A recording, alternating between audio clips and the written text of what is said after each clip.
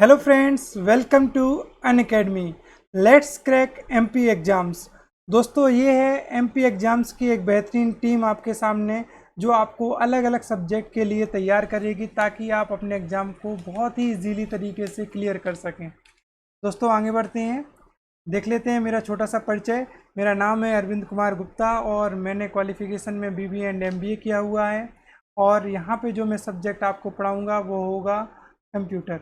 आगे बढ़ते हैं दोस्तों, अगर आप अनअकैडमी से जुड़ते हैं या अनअकैडमी पे आप आते हैं तो आपको क्या क्या बेनिफिट्स मिलते हैं उसके बारे में आपको थोड़ा सा इन्फॉर्मेशन मैं दे देता हूँ। यहाँ पे दोस्तों आपको मिलेंगी डेली लाइव क्लासेस।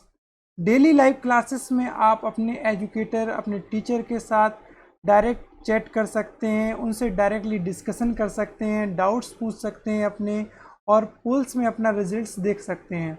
दोस्तों, यहाँ पे लाइव डेली क्लासेस, डेली जो लाइव क्लासेस चलती है, इनमें आप इंटरेक्टिव तरीके से अपने टीचर से जुड़ सकते हैं।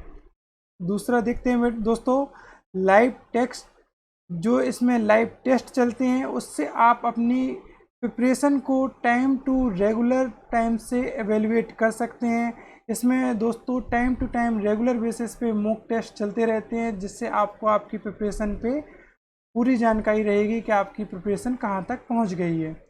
स्ट्रक्चर्ड कोर्स रहते हैं दोस्तों। आप कोई भी पर्टिकुलर एग्ज़ाम की तैयारी अगर कर रहे हैं तो उसका कंप्लीट कोर्स आपको यहाँ पे प्रोवाइड किया जाएगा, ताकि आपका कोर्स सही समय पे आपके एग्ज़ाम के लिए तैयार किया जा सके, आप कोर्स कंप्लीट करके एग्ज़ाम को क्लियर कर सकें। और जो सबसे बेहतरीन इसका बेनिफिट है दोस्तों, वो है आपके सामने अनलिमिटेड एक्सेस। अगर आप कोई भी एक सब्सक्रिप्शन खरीदते हैं दोस्तों, तो आपको अनलिमिटेड एक्सेस उस पर प्रोवाइड किया जाता है, जिससे आप कभी भी अपने वीडियो को किसी भी टाइम में देख सकते हैं, अपने लैपटॉप में, अपने मोबाइल में, एनी टाइम, कभी भी आप अपने मोबाइल को कितनी भी बार वीडियोस को देख सकते हैं। चलिए दोस्तों, आगे बढ़ते हैं। आपको अनअकैडमी पे रजिस्टर कैसे करना है, इसके लिए आपको बता देते हैं। तो आपको अपने मोबाइल से, आपके एंड्रॉयड मोबाइल से, अपने गूगल प्ले स्टोर में या अपने iOS मोबाइल से ऐप स्टोर में जाके अनअकैडमी लर्निंग ऐप डाउनलोड करना है। और वहाँ से अनअकैडमी लर्निंग ऐप डाउनलोड आप कर लेंगे तो आप वहाँ अपने मनपसंद से जो भी आपको सब्सक्रिप्शन लेना है, आप सब्सक्रिप्शन लेके अनअकैडमी से जुड़ सकते हैं। सब्सक्रिप्शन की आपको एक डिटेल दे देता हूँ दोस्तों। यहाँ पे आप 1 मंथ से लेकर 24 मंथ तक के कोर्स परचेज कर सकते हैं। आप 1 मंथ का लेना चाहें 1 मंथ का ले सकते हैं, 12 मंथ का लेना चाहें 12 मंथ का ले सकते हैं, 24 मंथ का लेना चाहें तो 24 मंथ का ले सकते हैं। दोस्तों, मेरा सजेशन आपको यही रहेगा कि आप 12 मंथ, मिनिमम 12 मंथ का या 24 मंथ का ही कोर्स परचेज करें। और एमपी में तो वैसे ही वैकेंसीज इतनी रेगुलर नहीं आती हैं, कभी भी देख रहे हैं आप पिछले कई सालों से कि वैकेंसी आती हैं फिर रुक जाती हैं। तो आप की प्रिपरेशन रेगुलर रहे, निरंतर रहे, तो आप कम से कम 12 मंथ का या 24 मंथ का आप सब्सक्रिप्शन परचेज कीजिए, ताकि आपकी प्रिपरेशन निरंतर आपके बनी रहे। अगर आप दोस्तों 1 मंथ का कोर्स परचेज करेंगे तो आपका रेट जो प्राइस होगा वो होगा 1400। वहीं आप 6 मंथ का करेंगे तो 5600 यानी 5600 रुपये। 12 मंथ का खरीदेंगे तो 7000 रुपये, और 24 महीने यानी कि 2 साल का खरीदेंगे तो 8400 रुपये।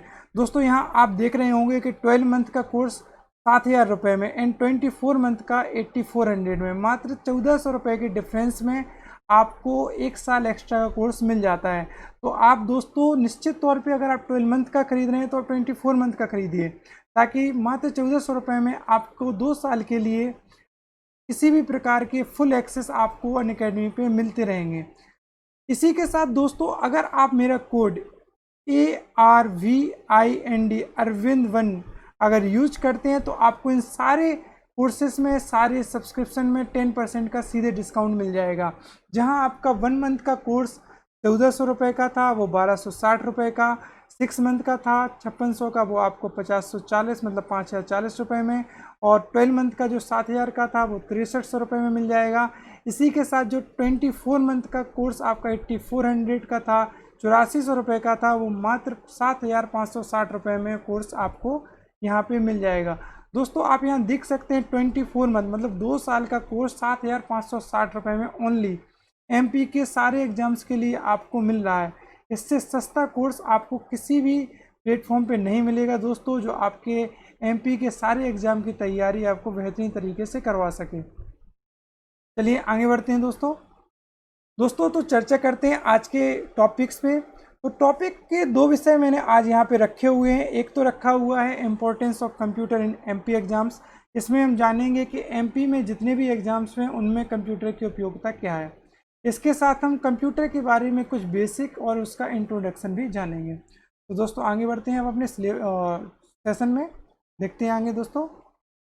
तो सबसे पहले देखते हैं importance of computer in MP exams, मतलब एमपी एग्जाम्स में कंप्यूटर की क्या उपयोगिता है, इसके बारे में मैं आपको थोड़ा सा बता देता हूँ। दोस्तों एमपी में भले कोई भी एग्ज़ाम हो, जैसे एमपी पीएससी हो, एमपी एसआई हो, मंडी इंस्पेक्टर हो, संविदा हो, एमपी पटवारी हो, पुलिस कांस्टेबल हो, या और भी कोई एग्ज़ाम हो, सारे एग्ज़ामों में कंप्यूटर का कुछ ना कुछ पोर्शन ज़रूर आता है। एमपी पीएससी में 9 to 10 क्वेश्चन आपको मिल जाते हैं, जो कि बहुत ही सिंपल बेसिक क्वेश्चन होते हैं दोस्तों। अगर आप मेरी यूट्यूब पे भी ये डायरेक्ट क्लास कर लेंगे तो आपको सारे के सारे क्वेश्चन इजीली ही सॉल्व हो जाएंगे। इसमें से कोई भी क्वेश्चन आपका नहीं छूटेगा, ये मेरी गारंटी है। एमपीएसआई मंडी इंस्पेक्टर में लास्ट टाइम पेपर में कुछ क्वेश्चन शॉर्ट की रिलेटेड कुछ क्वेश्चन आए थे जो एमएस वर्ड से पूछे गए थे, वो भी अच्छे क्वेश्चन थे, वो भी यहाँ पे आपके सारे क्लियर कर दिए जाएंगे। तो इन एग्ज़ाम में जो भी पोर्शन आपका कंप्यूटर का है वो आपका सारा का सारा यहाँ पे कंप्लीट कराया जाएगा। चलिए दोस्तों आगे बढ़ते हैं। तो देखते हैं जो मोस्ट पॉपुलर टॉपिक हैं एमपी एग्जाम्स में, जो अधिकतर पूछे जाते हैं, जिनसे बेस पे क्वेश्चन बनाए जाते हैं, उन पर चर्चा कर लेते हैं। तो सबसे ज़्यादा जो क्वेश्चन पूछे जाते हैं दोस्तों, जैसे कंप्यूटर फंडामेंटल, इससे कुछ ही क्वेश्चन पूछे जाते हैं जो बेसिक्स क्वेश्चन होते हैं। विंडोज़ एमएस विंडोज़ पे जो क्वेश्चन है, कुछ क्वेश्चन पूछे जाते हैं। एमएस ऑफिस के अंदर आते हैं दोस्तों वर्ड प्रोसेसिंग, यानी MS Word, MS PowerPoint, MS Excel, MS Access, ये चारों एमएस ऑफिस के अंदर ही आते हैं। और मोस्टली जो क्वेश्चन है इन्हीं से पूछे जाते हैं, शॉर्ट की रिलेटेड क्वेश्चन है वो इन्हीं से ही पूछे जाते हैं। अच्छा खासा पोर्शन इससे आपको मिल जाता है। इसके साथ इंटरनेट कम्युनिकेशन एंड नेटवर्किंग, इनसे भी कुछ क्वेश्चन पूछे जाते हैं जो आपको निश्चित तौर पर यहाँ पे क्लियर कराए जाएंगे। आगे बढ़ते हैं दोस्तों। आप जान लेते हैं कंप्यूटर की डेफिनेशन और कुछ कंप्यूटर के बारे में। हालांकि आप लोगों को कंप्यूटर अगर आप पहले पढ़ा है तो ये बेसिक सी नॉलेज है जो आपको पता होगी कि कंप्यूटर एक मशीन है जो कुछ तय निर्देशों के अनुसार कार्य करती है। कंप्यूटर एक ऐसा इलेक्ट्रॉनिक यंत्र है जिसे जानकारी के साथ काम करने के लिए बनाया गया है। कंप्यूटर शब्द, ये इंपॉर्टेंट है, कंप्यूटर शब्द ग्रीक शब्द कंप्यूट से लिया गया है। इसका अर्थ कैलकुलेशन करना या गणना करना है। तो कुल मिला के इससे आपको क्या पता चला कि कंप्यूटर एक मशीन है जो आपको अगर कोई भी डेटा आप कंप्यूटर को देते हैं उसको कैलकुलेट करके कंप्यूटर आपको प्रोवाइड करा देता है। कंप्यूटर का बेसिक काम जो होता है वो होता है कैलकुलेशन का, आपके डेटा को प्रोसेस करने का। कोई भी डेटा आप कंप्यूटर को देंगे वो आपको प्रोसेस करके आप उसका आउटपुट आपको प्रदान करा देगा। लेकिन इसमें एक चीज़ और है, जो ये थर्ड पॉइंट है, कंप्यूटर का शब्द ग्रीक वर्ड, मतलब जो ग्रीक वर्ड है कंप्यूट, उससे लिया गया है, जिसका अर्थ होता है गणना करना। हालांकि ऐसा क्वेश्चन अभी नहीं पूछा गया, लेकिन कभी कभार इस बेसिक क्वेश्चन पूछे गए हैं कि कंप्यूटर शब्द किससे लिया गया है, किस वर्ड से लिया गया है, ग्रीक वर्ड, तो ये आपको पता होना चाहिए। चलिए आगे बढ़ते हैं दोस्तों। ये एक कुछ फैक्ट है दोस्तों कि कंप्यूटर का आविष्कारक या मॉडर्न कंप्यूटर का जनक किसे कहा जाता है। तो मॉडर्न कंप्यूटर का जनक कहा जाता है चार्ल्स बेबेज को। चार्ल्स बेबेज ने दोस्तों एक मैकेनिकल कंप्यूटर डिजाइन किया था जो एक जनरली एनालिटिकल इंजन था। इसमें जो डेटा इनपुट किया जाता था दोस्तों पंच कार्ड के थ्रू किया जाता था।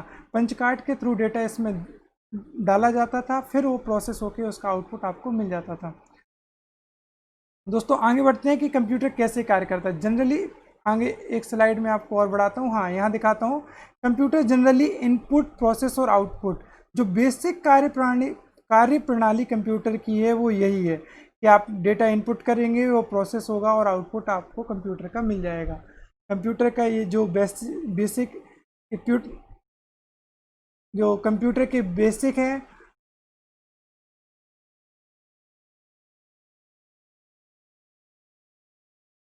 ये देखिए यहाँ पे कंप्यूटर का एक बेसिक मॉडल है जो कंप्यूटर आपके पास रहता है, जिसे पर्सनल कंप्यूटर पीसी कहते हैं, एक monitor, CPU, keyboard and mouse इसमें जनरली होते हैं। और इसमें जो सिंपल प्रोसेस होती है वही होती है दोस्तों, input out, process and output. कोई भी डेटा आप इनपुट करते हैं, प्रोसेस होता है और उसका आप आउटपुट प्राप्त कर लेते हैं। अब देखते हैं कि कैसे कार्य करता है। दोस्तों कंप्यूटर में फर्स्ट जो स्टेप होता है वो इनपुट। आप कोई भी रॉ इन्फॉर्मेशन, रॉ डेटा आप इनपुट डिवाइस के द्वारा कंप्यूटर में इनपुट करते हैं। जैसे आपके कीबोर्ड के द्वारा आप टाइप करके डाल सकते हैं, पिक्चर स्कैनर से आप अपने पिक्चर को स्कैन करके कंप्यूटर में डाल सकते हैं, वीडियोस भी आप इसमें इनपुट कर सकते हैं। फिर ये सारा डेटा आपका प्रोसेस होता है आपके सीपीयू में। इनपुट किया हुआ जो भी डेटा है वो इंस्ट्रक्शन के अनुसार प्रोसेस किया जाता है, और प्रोसेस करने के बाद आउटपुट डिवाइस के द्वारा, जैसे मॉनिटर, प्रिंटर या स्पीकर, इनके द्वारा आपको आपका आउटपुट डिवाइस के थ्रू आपका डेटा मिल जाता है। इस डेटा को आप मेमोरी में सेव करके भी रख सकते हैं ताकि फ्यूचर में आप इसको यूज कर सकें। चलिए दोस्तों आगे बढ़ते हैं, कंप्यूटर की कार्यप्रणाली देख लेते हैं, इसको थोड़ी और टेक्निकल वे में देख लेते हैं दोस्तों, ये कैसे काम करता है कंप्यूटर। तो दोस्तों कुछ इनपुट डिवाइस होती हैं, जैसे कीबोर्ड, अगर आपको कोई डेटा इनपुट करना है तो कीबोर्ड से टाइप करके डाल सकते हैं। माइक से अगर आपको कोई वॉइस, जैसे आप मेरी वॉइस सुन पा रहे हैं, वो माइक के थ्रू इनपुट हो रही है और प्रोसेस होकर आपको सुनाई दे रही है, वो आउटपुट से सुनाई दे रही है। माउस से भी डेटा आप इनपुट कर सकते हैं। स्कैनर से आप कोई पिक्चर आपको अगर स्कैन करनी है तो वो स्कैनर के थ्रू आप इनपुट कर सकते हैं। वेब कैम, अगर जैसे आप मुझे देख पा रहे हैं तो वो इनपुट जो है वो वेब कैम के थ्रू इनपुट किया गया है। ये सारी चीज़ें इनपुट होके प्रोसेसर यूनिट, मतलब प्रोसेस यूनिट में जाती हैं। यहाँ पे आपका जो डेटा होता है वो प्रोसेस होता है, और प्रोसेस होने के बाद आउटपुट डिवाइस, मतलब आउटपुट में आपको प्राप्त होता है। जैसे मॉनिटर, जो मैं आपको पढ़ा रहा हूँ, आप अपने मोबाइल स्क्रीन या अपने लैपटॉप स्क्रीन पे देख रहे हैं, वो मेरे द्वारा इनपुट किया गया डेटा आपको दिख रहा है। प्रिंटर से आप प्रिंट निकाल सकते हैं, स्पीकर से आप जो वॉइस आपने इनपुट किया था वो सुन सकते हैं। ऐसे आपको जो आपने इनपुट किया था डेटा, वो प्रोसेस होके आपको आउटपुट से प्राप्त हो जाता है। प्रोसेस में जो बेसिक होता है वो होता है arithmetic and logical unit, ALU, control unit and register. इस बेसिस पे प्रोसेस कंप्लीट की जाती है कंप्यूटर की। इस पर डिटेल्ड एक वीडियो में लाऊंगा दोस्तों, जो कंप्यूटर की बेसिक कार्यप्रणाली, कंप्यूटर कैसे कार्य करता है, सारी चीज़ों पे भी एक वीडियो एक अलग से होगा।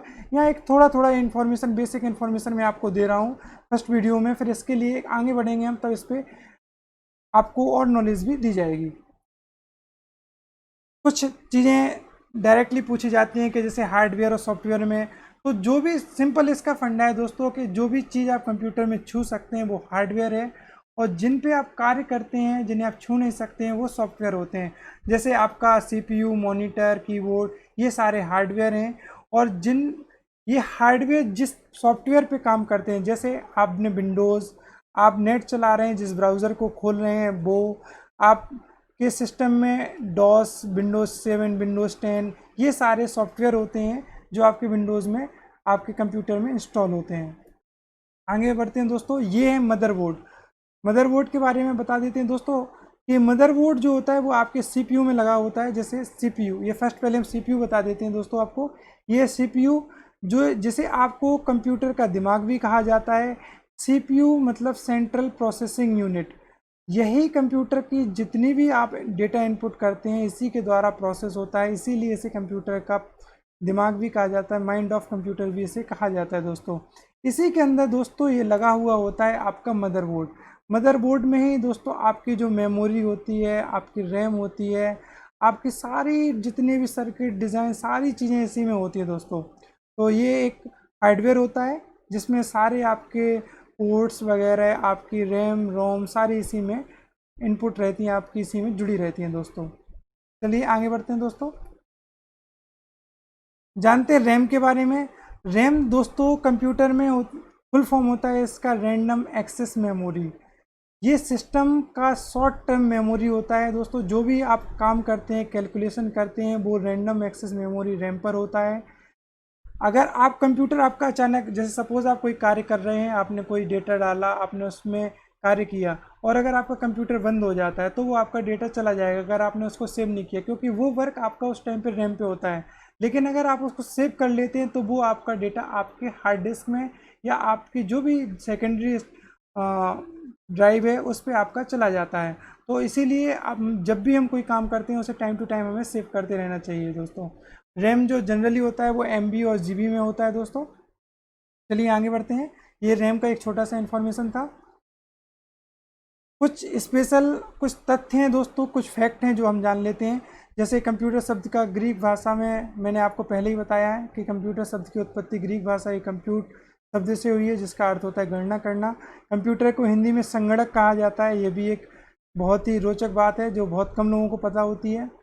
सबसे पहला कंप्यूटर भारतीय सांख्यिकी संस्थान इंडियन स्टैटिकल इंस्टीट्यूट कलकत्ता में 1956 में स्थापित किया गया था दोस्तों। भारत में कंप्यूटर का प्रथम प्रयोग 16 अगस्त 1986 को बेंगलुरु के प्रधान डाकघर में किया गया, जबकि भारत का जो प्रथम पूर्ण कंप्यूटरीकृत डाकघर है दोस्तों वो न्यू दिल्ली है।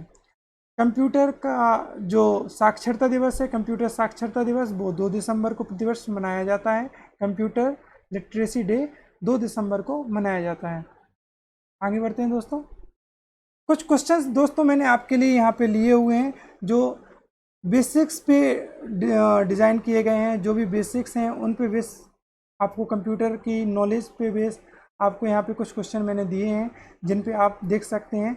जो कुछ पुराने एग्ज़ाम्स प्रीवियस ईयर कुछ एग्ज़ाम्स में पूछे गए हैं, कोई भी एग्ज़ाम हो दोस्तों, MP का हो, बैंकिंग का हो, वनडे एग्ज़ाम हो, उन पे जो क्वेश्चन पूछे गए हैं वो आपके सामने मैं कुछ डिस्कस कर देता हूँ दोस्तों। जैसे पहला क्वेश्चन है आपके सामने कि अपने देश का इंडिया का फर्स्ट कंप्यूटर साक्षर जिला कौन सा है। देश का प्रथम कंप्यूटर साक्षर जिला कौन सा है। ऑप्शन ए है दोस्तों Ernakulam, option B Villupuram, option C Tiruvallur and option D Malappuram. तो दोस्तों इसका आंसर आप कमेंट बॉक्स में जल्दी दीजिए।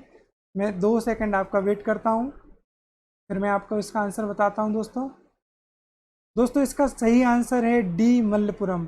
ये केरल की एक जगह है दोस्तों जहाँ पे सर्वप्रथम कंप्यूटर साक्षर जिला इसको माना गया था। देश का प्रथम जो कंप्यूटर साक्षर जिला था वो केरल का मल्लपुरम जिला था। चलिए दोस्तों आगे बढ़ते हैं। भारत का पहला कंप्यूटर कहाँ स्थापित किया गया था। अभी मैंने आपको एक फैक्ट बताया था, उसके अंदर इसका आंसर भी है, तो आप बता सकते हैं। चलिए ऑप्शन बता देता हूँ आपको। भारतीय प्रौद्योगिकी संस्थान दिल्ली, बी ऑप्शन है भारतीय विज्ञान संस्थान बेंगलुरु, और सी ऑप्शन है Indian iron and steel company Burnpur, D option है भारतीय सांख्यिकी संस्थान कोलकाता। दोस्तों जल्दी अपना आंसर कमेंट बॉक्स में दीजिए। तो दोस्तों भारत का जो पहला कंप्यूटर है वो स्थापित किया गया था ऑप्शन डी भारतीय सांख्यिकी संस्थान कलकत्ता। ठीक है दोस्तों, चलिए आगे बढ़ते हैं नेक्स्ट क्वेश्चन पे। कंप्यूटर निम्नलिखित में से कौन सा कार्य नहीं कर सकता है। दोस्तों आपको बताना है कि इन 5 जो कार्य दिए गए हैं इनमें से कौन सा कार्य कंप्यूटर नहीं कर सकता है। Option A inputting, option B processing, option C controlling, option D outputting and option E understanding. तो दोस्तों इन 5 में से कौन सा ऑप्शन है जो कंप्यूटर नहीं कर सकता है, आप इसमें बताइए। अपने आंसर को कमेंट बॉक्स में लिखिए दोस्तों जल्दी, फिर मैं आपको आपका आंसर बताता हूं दोस्तों। तो दोस्तों इसका सही आंसर है ऑप्शन ई अंडरस्टैंडिंग। दोस्तों आप कंप्यूटर में डेटा को इनपुट कर सकते हैं, उसको प्रोसेस कर सकते हैं, प्रोसेस के अंदर आप उसको कंट्रोल कर सकते हैं, और आपका डेटा प्रोसेस होने के बाद उसको आउटपुट प्राप्त कर सकते हैं। बट कंप्यूटर में आपको अंडरस्टैंडिंग फीचर नहीं होता है, कंप्यूटर में सोचने समझने की शक्ति नहीं होती है दोस्तों। लेकिन हाल ही में आपने अगर देखा हो जैसे रोबोट भी एक प्रकार का कंप्यूटर है। एक सोफिया रोबोट बहुत ही फेमस है जो वर्ल्ड में प्रचलित है। उसमें बोला जाता है कि थोड़ी बहुत सोचने समझने की तो नहीं, लेकिन वो आपको फीलिंग को एक्सप्रेस कर सकती है, तो वो एक चीज़ है। बट लेकिन प्रॉपर अगर हम बोलें तो अंडरस्टैंडिंग जो होती है वो कंप्यूटर में नहीं होती दोस्तों। आगे बढ़ते हैं नेक्स्ट क्वेश्चन पे। नेक्स्ट क्वेश्चन है दोस्तों, वह इलेक्ट्रॉनिक डिवाइस जो डेटा को स्वीकार कर सकती है, डेटा प्रोसेस करती है तथा आउटपुट उत्पन्न करती है और परिणामों को भविष्य के प्रयोग के लिए स्टोर करती है, कहलाती है। आपको बताना है दोस्तों कि ये सारी चीज़ें हैं, ऐसी कौन सी इलेक्ट्रॉनिक डिवाइस है जिसमें डेटा स्वीकार कर सकता है, उसको प्रोसेस कर सकती है, आउटपुट कर सकती है और सेव भी कर सकती हैं। तो ऑप्शन है आपके input computer, option C software, option D hardware and option E है इनमें से कोई नहीं। तो दोस्तों जल्दी अपना आंसर जो भी है वो कमेंट बॉक्स में दीजिए। मैं आपको इसका आंसर बताता हूं दोस्तों। इसका सही आंसर है बी। जैसा कि मैंने आपको बताया, कंप्यूटर ही ऐसी डिवाइस है जिसमें आप डेटा इनपुट भी कर सकते हैं, डेटा प्रोसेस कर सकते हैं और डेटा आप उसका आउटपुट भी प्राप्त कर सकते हैं। आप बोलेंगे दोस्तों कि इतने सिंपल क्वेश्चन किसी भी एग्जाम में नहीं आते हैं, कुछ भी नहीं होता, ये सिंपल क्वेश्चन क्यों कराए जा रहे हैं? तो दोस्तों ये सिंपल क्वेश्चन कराने का सिर्फ सिंपल एक मोटिव है कि एक बेसिक कंप्यूटर की क्लास है। तो इन क्वेश्चन के थ्रू आपको बेसिक समझ में आ जाएगा कि बेसिक में कंप्यूटर में जो जनरली जो चीज़ें होती हैं वो आपको मैं क्वेश्चन के थ्रू ही डायरेक्ट समझा दे रहा हूँ। नेक्स्ट बढ़ते हैं दोस्तों क्वेश्चन पे अपने। निम्नलिखित में से कौन कंप्यूटर का गुण है? दोस्तों बताइए। ऑप्शन ए तीव्र गति, ऑप्शन बी त्रुटि रहित कार्य, ऑप्शन सी गोपनीयता या ऑप्शन डी उपयुक्त सभी। अपना ऑप्शन दीजिए दोस्तों, क्या है, जल्दी अपना ऑप्शन दीजिए। तो इसका सही आंसर है दोस्तों उपयुक्त सभी। आप कंप्यूटर में बहुत तेज गति से कार्य भी कर सकते हैं, जो भी आपका काम होगा उसमें कोई भी त्रुटि नहीं रहेंगी, आपका डेटा सिक्योर रहेगा। इसीलिए तीनों ऑप्शन ही सही हैं दोस्तों, कंप्यूटर के तीनों ही गुण हैं। नेक्स्ट बढ़ते हैं दोस्तों आगे, नेक्स्ट क्वेश्चन देखते हैं। डेटा प्रोसेसिंग का अर्थ है ऑप्शन ए डेटा संग्रहण, ऑप्शन बी डेटा को सजाना, ऑप्शन सी डेटा को उपयोगी बनाना एंड ऑप्शन डी उपयुक्त सभी। तो दोस्तों आप अपना आंसर दीजिए कि आपका सही आंसर क्या है। इसका आंसर आप कमेंट बॉक्स में दीजिए दोस्तों। चलिए मैं आपको इसका आंसर बताता हूँ। तो दोस्तों इसका सही आंसर है ऑप्शन सी डेटा को उपयोगी बनाना। तो दोस्तों जो इनपुट डेटा आप करते हैं उसको प्रोसेस करने का जो कंप्यूटर का काम होता है वो होता है डेटा प्रोसेसिंग। तो डेटा प्रोसेसिंग में जो होता है, जो आप रॉ इन्फॉर्मेशन, रॉ डेटा आप कंप्यूटर को प्रोवाइड कराते हैं, उस डेटा को आपके लिए उपयोगी बनाने का जो कार्य होता है वो डेटा प्रोसेसिंग होता है दोस्तों। डेटा संग्रहण तो स्टोरेज डिवाइस का काम होता है दोस्तों, तो ये नहीं है इसका, इसलिए सही आंसर है डेटा को उपयोगी बनाना। चलिए आगे बढ़ते हैं दोस्तों। चिन्हात्मक डेटा अल्फा न्यूमेरिक डेटा में प्रयोग किया जाता है। ऑप्शन ए अंकों का, ऑप्शन बी अक्षरों का, ऑप्शन सी चिन्हों का या ऑप्शन डी उपयुक्त सभी। तो दोस्तों अपना आंसर बताइए, सही आंसर आपका क्या है, कमेंट बॉक्स में इसका आंसर दीजिए।